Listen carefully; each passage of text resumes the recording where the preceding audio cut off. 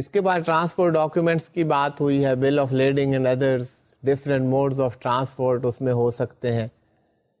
A transport document covering at least 2 different modes of transport, multimodal or combined transport, are named, must appear to, اگر ایسا کوئی ہے, indicate the name of the carrier and the signed by the carrier or a named agent.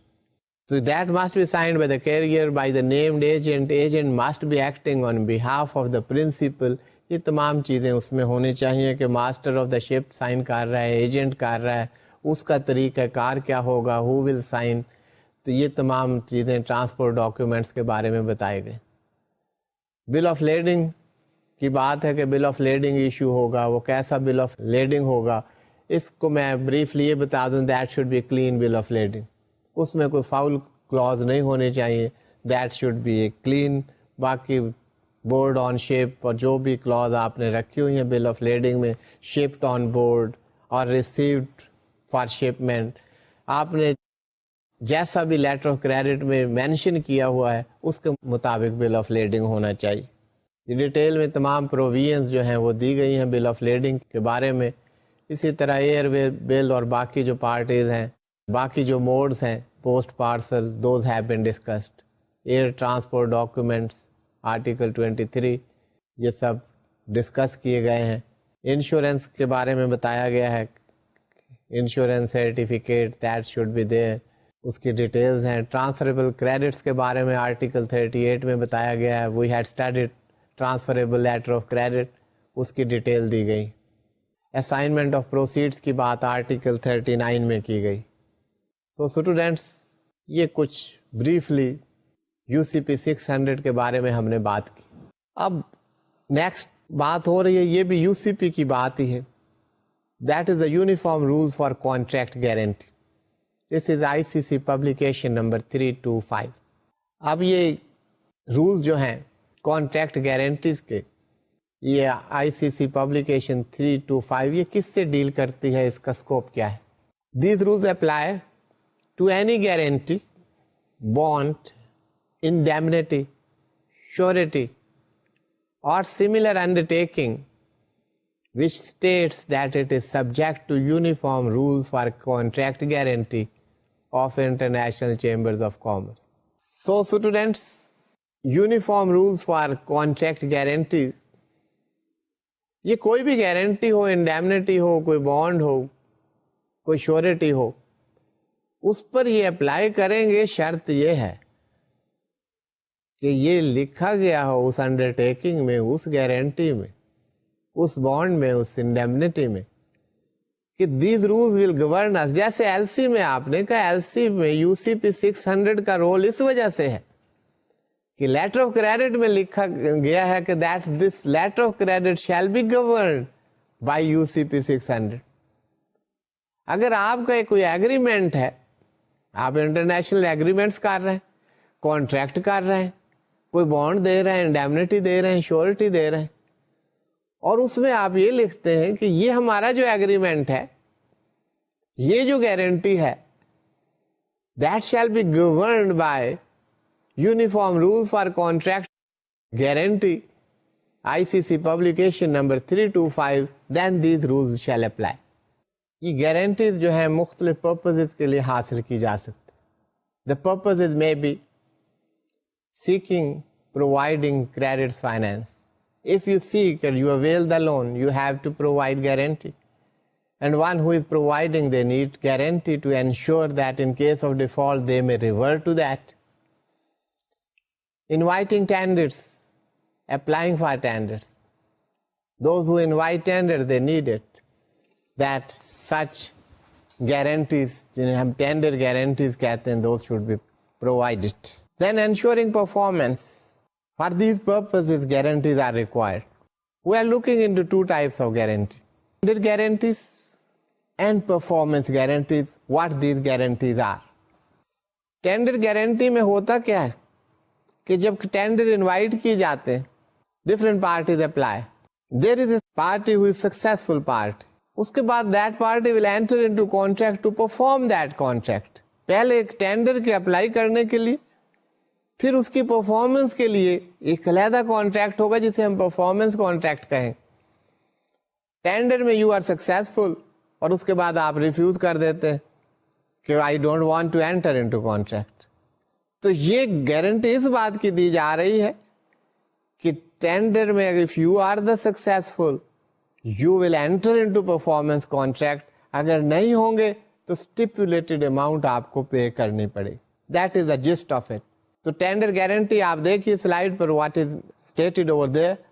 In this type of guarantee, the guarantor undertakes that in the event of default by the tenderer, that is the principal, in fulfillment of his obligation resulting from the submission of tender, to make payment to the beneficiary within the limits of a stated sum of money. یہ بات میں آپ کو explain کر چکا ہوں. یہ technical words میں یہ ڈیفینیشن آپ کے سامنے. اسی طرح پرفارمنس گارنٹی, یہاں پر پرفارمنس پر انسسٹ کیا جاتا ہے. بڑے بڑے کانٹریکٹس ہوتے ہیں, آپ نے موٹر وے کا کانٹریکٹ کیا ہے اور وہ درمیان میں ہی جو ہے وہ اس کو چھوڑ کے چلے جاتے ہیں. یہ according to the specifications and the plans and the designs that is not being constructed. تو performance is not according to the terms and conditions, یا performance at all there is no performance. تو اس صورت میں performance guarantees لی جاتے ہیں. It is an undertaking given by bank guarantor whereby the guarantor undertakes to make payment to the beneficiary within the limits of the stated sum of money on non-performance of certain contractual obligations of the contract. یہاں non-performance کی بات, it is usually for a fixed percentage of 5 to 10% of the contract value. تو یہ performance guarantees جو ہیں issue کی جاتی ہیں.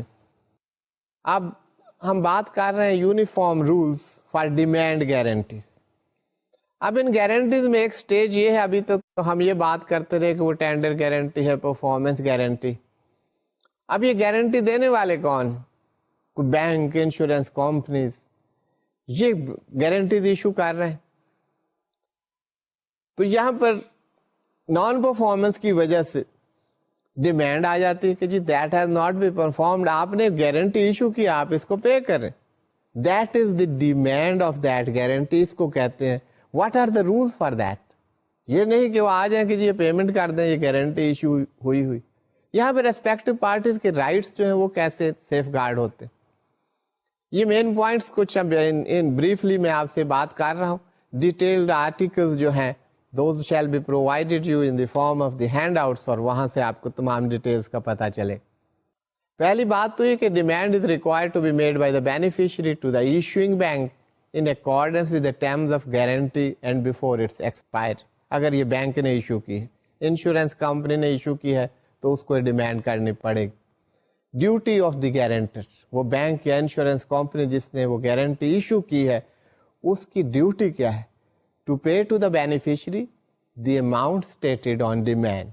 وہ ڈیمانڈ گارنٹی ہے تو وہ اماؤنٹ اس کو پے کرنی پڑے گی. اب ایسی گارنٹیز کے لیے پہلی بات یہ کہ آپ جب گارنٹی دے رہے ہیں تو یہ بینک کی رسپانسبلٹی ہوگی, ڈیمانڈ ہوگی تو پیمنٹ کرنی پڑے گی. تو پہلے تو وہ اپنے آپ کو سیف گارڈ کرنے کے لیے کاؤنٹر گارنٹی لیتے ہیں. All instructions should be very clear and precise in demand guarantee کے جو رولس ہیں ان میں بتایا گیا. اس گارنٹی میں یہ اسٹیپولیٹ کرنا چاہیے all parties, those are required to be stipulated, principal, beneficiary, guarantor کون کون. ابھی ڈیمانڈ کی بات نہیں کر رہے.